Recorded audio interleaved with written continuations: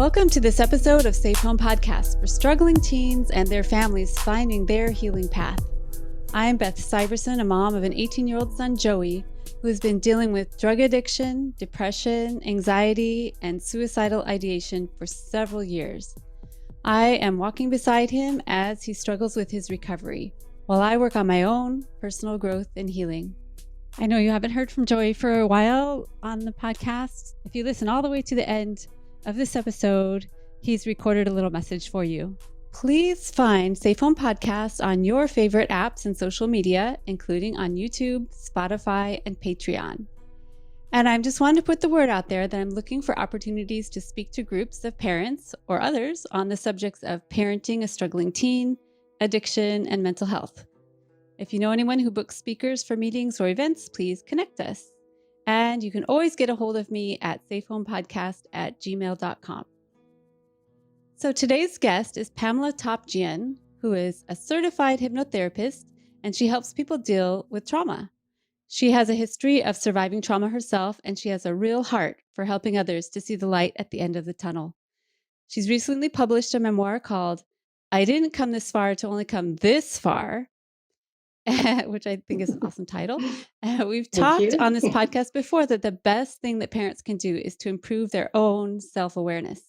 Well, Pamela's worked with many parents of struggling teens, and I wanted her to share this healing modality of hypnotherapy in case some of you might not be aware that it exists and that it can help mitigate the chaos and stress of raising adolescents. Welcome to Safe Home, Pamela. Hi, thank you so much. I want to start with your new memoir and tell me about how you came up with that title. What does the this far mean? Well, people have asked me because I keep just now at this point after a total breakdown, I'm so busy. I just keep going after one goal after the other. And people have asked me, are you superhuman? Why are you doing all of this now? Or you don't have to do everything.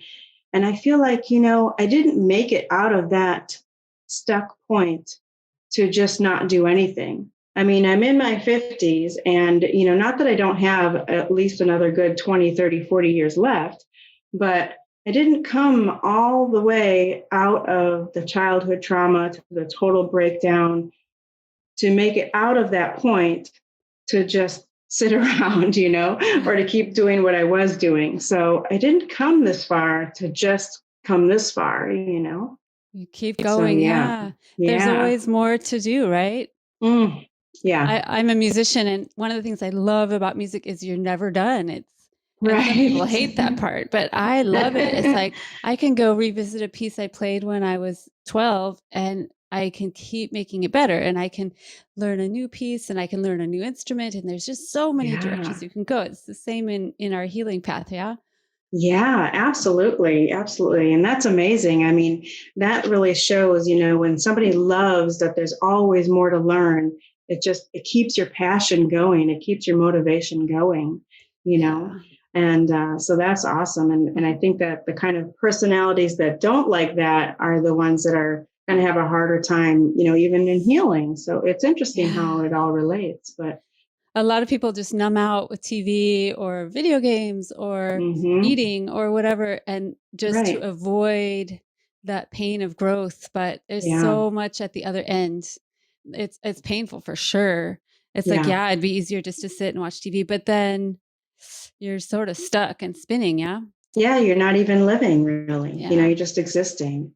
Going. So, as far as learning more with your healing path, I mean, you had mentioned that I'm a hypnotherapist, but I'm also a former nurse. There's so many different ways to go about healing. There's so many different things and treatments and therapies that you can add in your toolbox of healing. And, not everything is going to work for everybody or is going to be a good fit for everybody. And sometimes it takes, 3 or 4 different things, and you have to find the good combination that's going to be right for you. And people give up so easily. It's one of the things I've heard over and over and over is I tried counseling and it didn't work. So, or I tried therapy and it didn't work. So I guess, that's not for me. And, or this medicine or that medication. Oh, I tried it and it didn't work. and they don't tell their doctor or they don't tell their therapist or their counselor or whatever they're doing.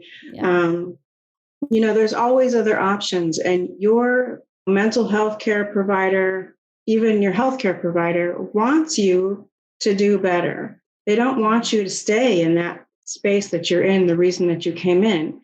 And if something's not working, they definitely want to know. Yeah. Because there's always other options, even with medication.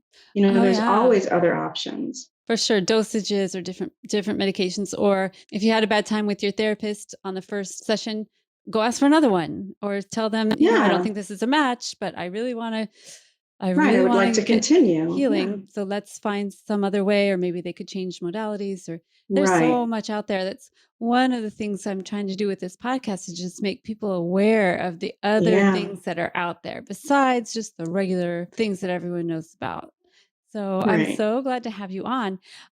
Before you talk about your hypnotherapy practice, are you willing to talk to us a little bit about the trauma that you experienced? So we can see that you have credentials of being traumatized. I've been there. Yeah. Yeah. Well, I had in my childhood, my early childhood, my parents had divorced. And of course, everybody's parents divorced just about. So that's not a big deal. But then in the 70s, which is when it was that my parents divorced, and I was 9 years old, they didn't really go after deadbeat dads. They didn't enforce the fathers to help in any way like they are doing now. And so my father was out of the picture, and he didn't help my mother at all. We grew up very poor, in poverty. We were hungry a lot of the time. I was neglected in the way that I was alone and fearful most of the time, and not given any parental guidance or supervision. I had two older sisters, and one of them was in a car accident and passed away when I was 14. Oh my gosh. Yeah. I'm so sorry. And then also I had some date rapes in my teens, and I had, just moving around a lot and things. One thing that my husband always says you need to bring up that I never remember about is I ended up having bunion surgery in my teens because I had worn shoes that were too small all of my childhood. Wow. And Oof. And bunions, that's like something that grandparents get. Right. A teenager get that. Right. Wow. And when I went to the doctor, and with my mother, of course, and they said the same thing. They said, what is I think I was 15 when I went, 15, 16. And then they said another thing that can cause this is women that are always wearing high heels with the pointed toes to work all the time. But again, I was 15, 16, and I, never wore those shoes at that point.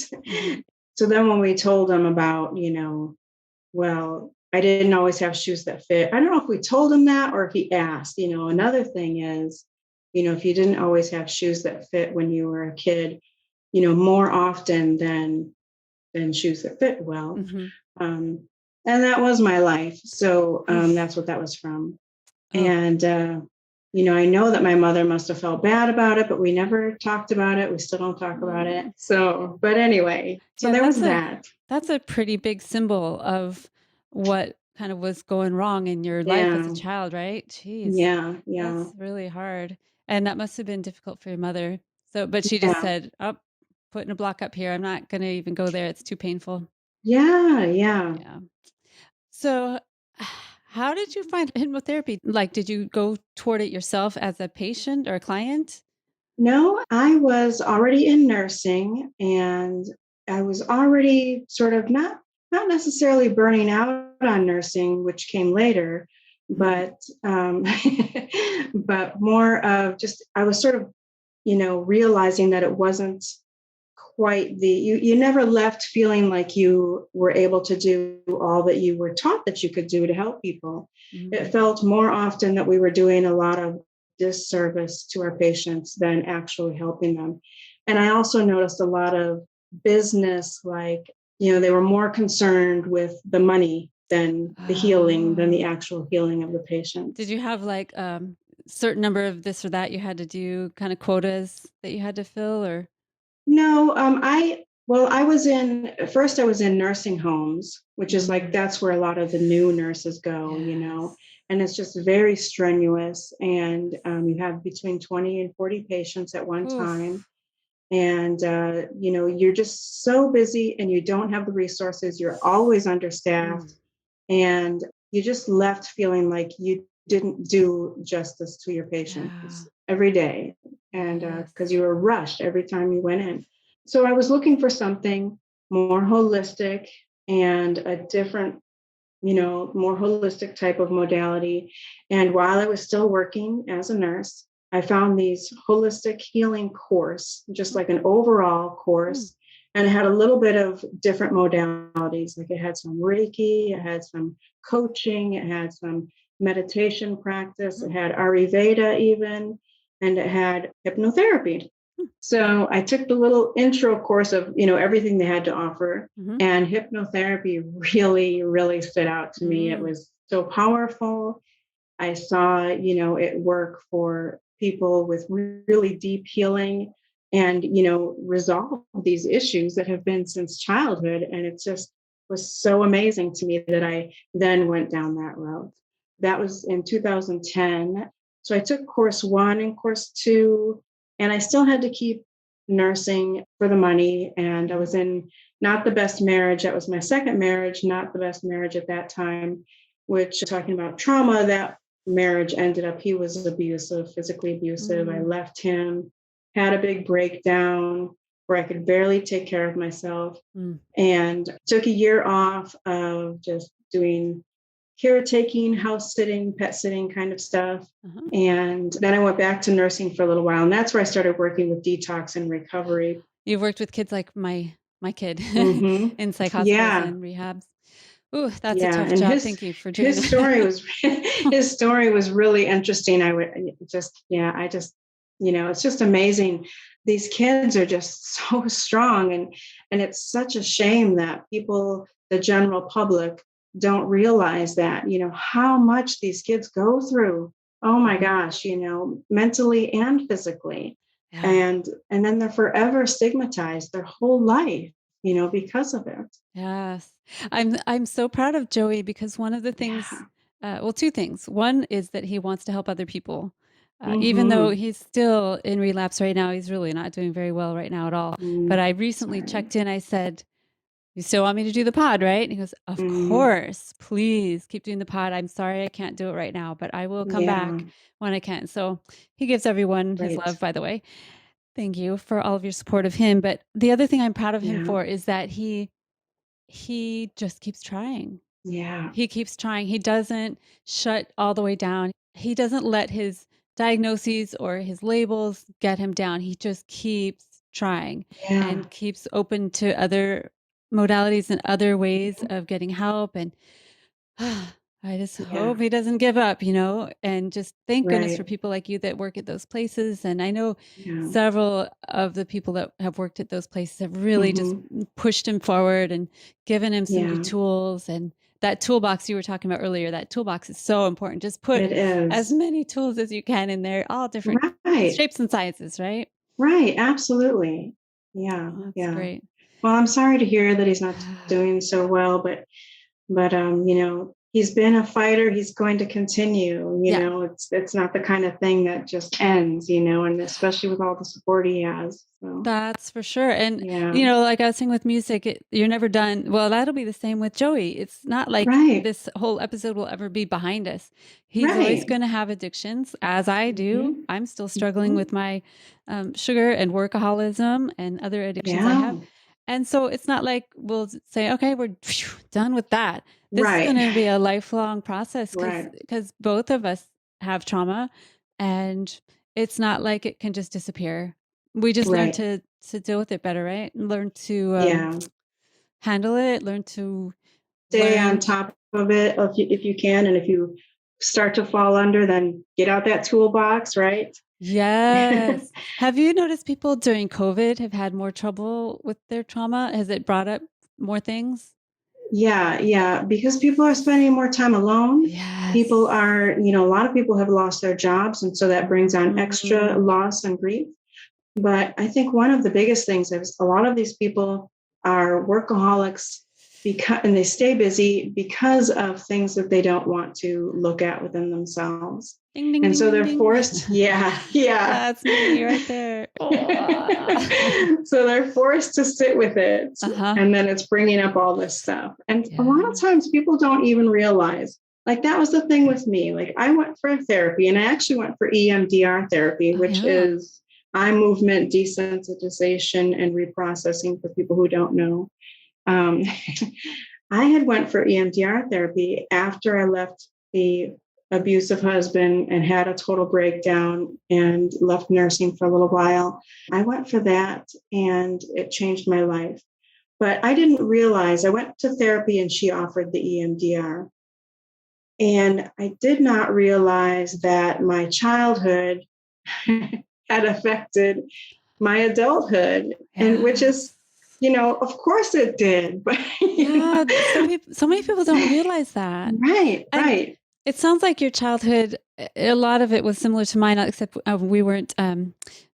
we didn't have the poverty piece, but the neglect and the just disconnection I had. Yeah. So I totally understand that. But it didn't seem like trauma. Right. I had to really do a lot of reading and understanding what trauma is, because I thought trauma had to be like a car accident or something big, something huge and traumatic. That's like a huge thing one in event, your life. Yeah. And when you're growing up, if that's your life, you don't think of it as anything traumatic. It's like, this is how life is. Isn't this how everybody is? I don't know. Right. It's all you know. Yeah. Well, I'm so glad you found things that helped you and that you were able to, get through a lot of your trauma. I'm sure you're still dealing with little bits and pieces that keep coming up, but of course, like you said, you got the tools ongoing. Working on it. That's awesome. So for those that don't know about hypnotherapy, can you tell us a little bit about what it looks like? Yeah. How do you do it? So if anybody's ever had a guided meditation to where you're listening to another, just meditation, and you're listening to it, it's very similar to that, except we go into a state of hypnosis daily, which is more of a state of almost like a dream state. It's a state between awake and asleep. Mm-hmm. And, you can be daydreaming, or you can be just like spacing out, like if you're driving and you're on autopilot and you miss your turn, or you get home and you're like, oh my gosh, I hope everything's okay because I don't even remember driving. I know. So, that's such a weird feeling. So that's the kind of state you can get into. That's the state that we help, guide you to that state. And then from there, we can focus your subconscious mind to the desired intention. Or if there isn't any kind of specific, such as losing weight, quitting smoking, which is what hypnosis is known for a lot of. But with hypnotherapy, it's more about deeper things. It's more about the childhood trauma and bringing that stuff to light, but it's helping you. We're guiding you within yourself so that you can dig those things up, see them, get to the root, release them.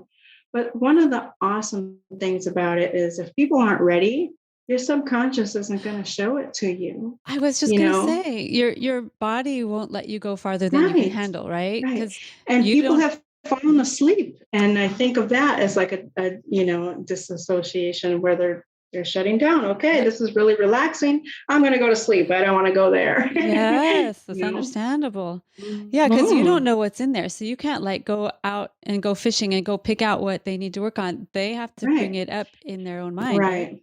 One thing people have told me, a lot of people actually that come to me, they're tired of telling their story. They've been to therapists and they just seem to be going in circles and not getting any real conclusion. And so I tell them, you don't have to tell me anything more than what you want to tell me, because it's nothing that I do for you or to you. I'm just guiding you within yourself. And you're doing the work in there. And either you do or you don't, Right. You can go as far as you want or as fast as you want or deep as you want. That's a really great tool. I've never had hypnotherapy, but I have known about it and I have friends that do it, and I think I might have to try it now. Yeah. Yeah. Yeah. And I do them just through Zoom like this, especially if it's, in another country, I can do it through Zoom. But most people just like to have it on the phone and they have their earbuds in or have it on Oh, speakerphone, and they just lay back in their own bed. And then they just put me on, and we discuss beforehand, if they want me to just hang up if they fall asleep, or if they want me to make sure they're awake. uh-huh. And I always give a free consultation, and that has a sample session in it for Huh? somebody who's never had it or wants to see what it's like before they really commit to, Hmm. having sessions. And it's just a short little session. It's just like a relaxation session so they Uh-huh. can see how it feels. Yeah. I bet some people are pretty scared. Oh, I mean, yeah. Yeah. yeah. People at the fairs and stuff that make people embarrassed. I think Hmm. they don't help at all. But Yeah. it is that using the same subconscious awareness? Yeah, that's a hypnotist. That's a stage hypnosis. It's a completely different thing. And I never learned that. So I never took any training for that. And it wasn't within my hypnotherapy training. So I'm not sure exactly how they Oh, do okay. that. I know I couldn't do that if I wanted to. Yeah. So it is a different thing. And it's really unfortunate that, that's what people think of, Yeah. when they think of hypnotherapy, but we use hypnosis in a therapeutic model, which is, recognized by the American Medical Association and approved, and by the Yeah. British Medical Association as well. So that's what I tell people. It's not stage hypnosis. You're always under complete Yeah. control. You can always hear me, but some people kind of tune out and just go in deep. And it's funny because sometimes if it's really, we're doing a lot of work in there, and the things that I'm saying, they might come out and say they didn't hear me. They didn't remember Oh. anything I said, but then they tell me like the work that they did had to do with what I was saying. So I Oh, love when that nice. happens, because it just really shows the subconscious is paying attention, which is, Subconscious heard. what we want. Oh, that's Yeah. so great. Are there Yeah. some insurance companies that are covering hypnotherapy now, or is it Not still that I'm not quite? aware of. Not that I'm aware of. They Yeah. need to get on board with that. They need to get Yeah, on board. especially because that'll make the difference between, the education and the ones that have had, just a weekend, or a 3-day course or whatever, Oh, compared to, right. and being actually certified, or, yeah. So that if someone was going to look for a therapist, they would want to find a certified hypnotherapist. Is that what you look Yeah. for? Yeah. Yeah. What's hmm the organization that? It's the ACHE. So that's American Council of Hypnotist Examiners. Okay. And that they have on their website, it's just ACHE, I think, .com, I think it is. But they have a whole list of schools that are approved. And they also have some people, they have some of the hypnotherapists listed on their website as well. But I wanted to mention too that I had stopped at saying that I had taken that training in 2010, Mhm. and I was still doing nursing, but I was doing a little bit of hypnotherapy here and there. But I didn't have my own business until 2020. I took more training, so that's when I got my certification. Okay. Went for more training, and I was able to quit nursing. Yay. Even with COVID, you were just able to stay home and do hypnotherapy on Zoom phone. Yeah, and that was the big thing, is Awesome. that I was able to do it remotely. And I had one client in Paris even, and I had a Wow. couple clients in Canada. So it That's was so great. awesome. Yeah. Was that the case before COVID, or did COVID make everyone realize, oh, you can do this thing remotely? No, and when I was doing it in 2010, the instructor was teaching that you can do it remotely. But of course, at that time, it was thought that you would have a better outcome if it was in person. Yeah. But now it's been shown that it's just as well. And some people actually do much better if they're able to do it in their own safe I was space, going to say, and they can go right to sleep afterwards. They don't have to switch right back to that yeah, conscious mind and drive home or yeah, whatever. yeah, that's for sure. And I was thinking too, maybe some people would like to just do it on the phone so they don't see someone looking at them. Right. And that's the thing. Even if somebody because I let people choose, do you want the phone or Zoom? And once they do a Zoom session or two, then like, why don't we just go back to the phone? Because yeah, they don't need me to look at them with their Yeah. eyes closed, Your eyes are laying closed back. anyway. Yeah. They don't have to worry about what they're wearing or, Yeah. or what's behind them or Gives them a lot of freedom just to go to the yeah, work and not worry about all right, that extra stuff. Wow. right. And so you've worked with parents with struggling teens and all that heartache and the Yeah. chaos and the confusion. Yeah. How has hypnotherapy helped them? Well, it really helps with just your basic stress relief. Just Mm-hmm. to completely relax and let go for a time, to release some of that stress and some of that burden and of always holding on to that responsibility. And not to say that it goes away, but Mm-hmm. you can release it for a little while. Yeah. And it also helps you to deal with anything that is within you that might be similar to your child's Yes. trauma, or to feel responsible for you know is it something that I did, Mm-hmm. are they, or like addiction, a lot of times it is because of, there's that addictive gene. And so Mm-hmm. children will carry that on. Yeah. And so to let go of some of that guilt and to have some self-forgiveness. Mm-hmm. So yeah, Yes. it's been amazing. Yeah. I think that when our kids hit adolescence, we Hmm. get slammed with whatever is left that we didn't figure out already from our adolescence. Yeah. Whatever loose ends there are, bam, there they are right in front of you. And it's easy Right. to just blame the kid, like, oh, geez, this kid is so hard. But a lot of times it's just bringing up our own stuff that Hmm. we aren't even sometimes aware of. Right. So I bet Right. hypnotherapy could really get into those dark corners and Right. Yeah. things that Yeah. people And haven't you wanted have to to look be at. willing though, too. So if you're not willing to go there, some people really don't want to know. Some people Yeah. think that they want to know, but they get in there and they put up a block, and they'll either Hmm. fall asleep or they just will kind of hang on every word and stay focused on your talking rather than just letting go. Hmm. So, it's really up to the person, the client that wants to have real healing. Hmm. I can't do it for you. Just Yeah. like anything, nobody can do it for you. Right. You You have have to to be want it willing. yourself. Does it sometimes take people a few times to get kind of released into it? Yeah, absolutely. And that's part of why I like to do the sample session. It's not just for them, it's for me too, because Mm. I can tell a lot of times with the first, just even that little sample session, some people go really deep. And then I know they're going to, resolve their issues sooner, most Hmm. likely, depending on what it is. But Hmm. but they're really going to be able to let go and get in there. Also, I can tell how visual somebody is, and it will help me to know what kind of technique I'm going to use. Am I going to use more visualizations or am I going to use more, just feeling kind of Sensory. words? So it Wow. really helps to see how they are going to respond for Hmm. me as well as them. Hmm. Yeah. Wow. Very, very good. Does this work on teens? Is it possible to do it on teens? Is it Oh yeah, ethical people. to There's even do teens? children, believe it or not. Oh. I don't work with teens or children, but I have some colleagues that do. I have some friends in the hypnotherapy world that do work with children and teens. So Oh. yeah, And it does help addiction. You mentioned smoking cessation. That's kind of what yes, it's most well known for, right? right, yeah. How does it work with addiction? What is it? What's the key? Well, I would say the key is with addiction is getting to the root cause of the trauma. Uh-huh. You know, Yeah. so many things are rooted in your childhood. Yes. Even if there wasn't trauma, it just sometimes there's like, say, for example, somebody that wants to lose weight, which is another biggie Hmm. for hypnotherapy. Hmm.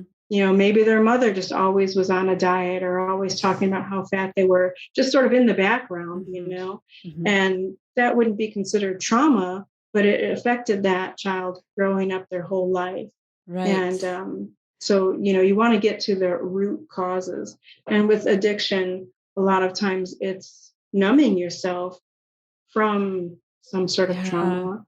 So we want to get to that root and not necessarily, it's not, so many, you have some hypnotherapists that, or some hypnotherapy programs that are known just for quitting smoking and they go about it with, trying to set the intentions of, you're going to vomit if you smell smoke, or next time you Oh, have one, you're going to want to take a drink of water instead or something.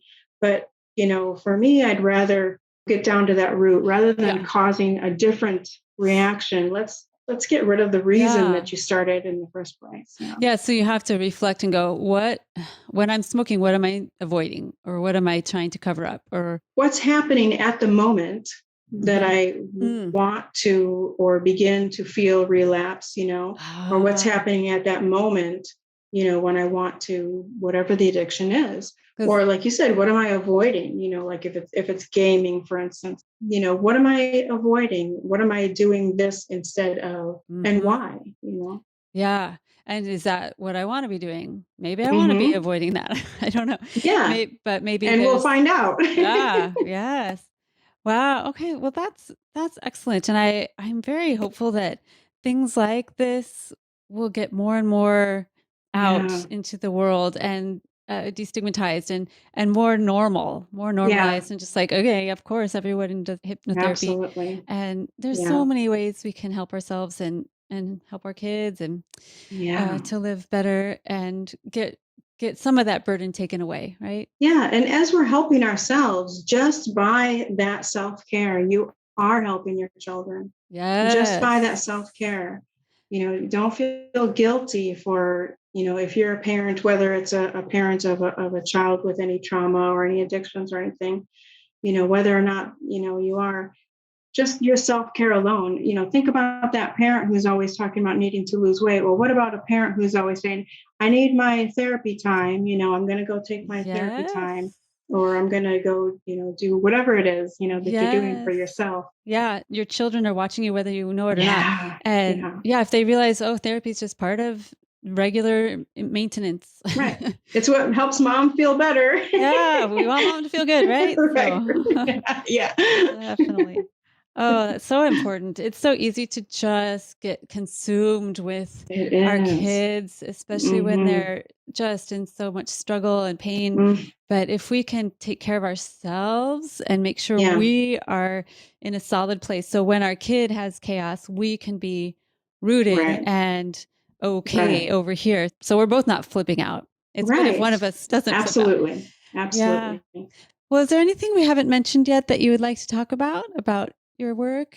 No, just that, they can find me on hypnobreakthrough.com. Okay. And I have a lot of information on the website. Yeah, you And do. I'll put yeah, that link in the notes. That's great. thank you. And I know you also are a co-host of a podcast. Did you want to talk about Yes, that? yes. So, transgender mentor, and we're on every Sunday. We're on live. I know that's brave, but Whee! we do a live podcast on YouTube, Transgender Mentor. And it's my friend is Lona Curry, and he's a trans man. We just did an LGBTQ episode, and I'm lesbian, and I'm super supportive of anyone doing any work around that. So thank Yeah. you for that. And I listened to a couple of episodes. It's really, really good. It's Oh, it's great. really Thank good. you. Yeah. Yeah. I think every episode is so full of information, and it's just supposed to be a safe place to help people Mhm. understand a little better, to bring people together, with for equality and for unity, and to not fear differences. Yeah.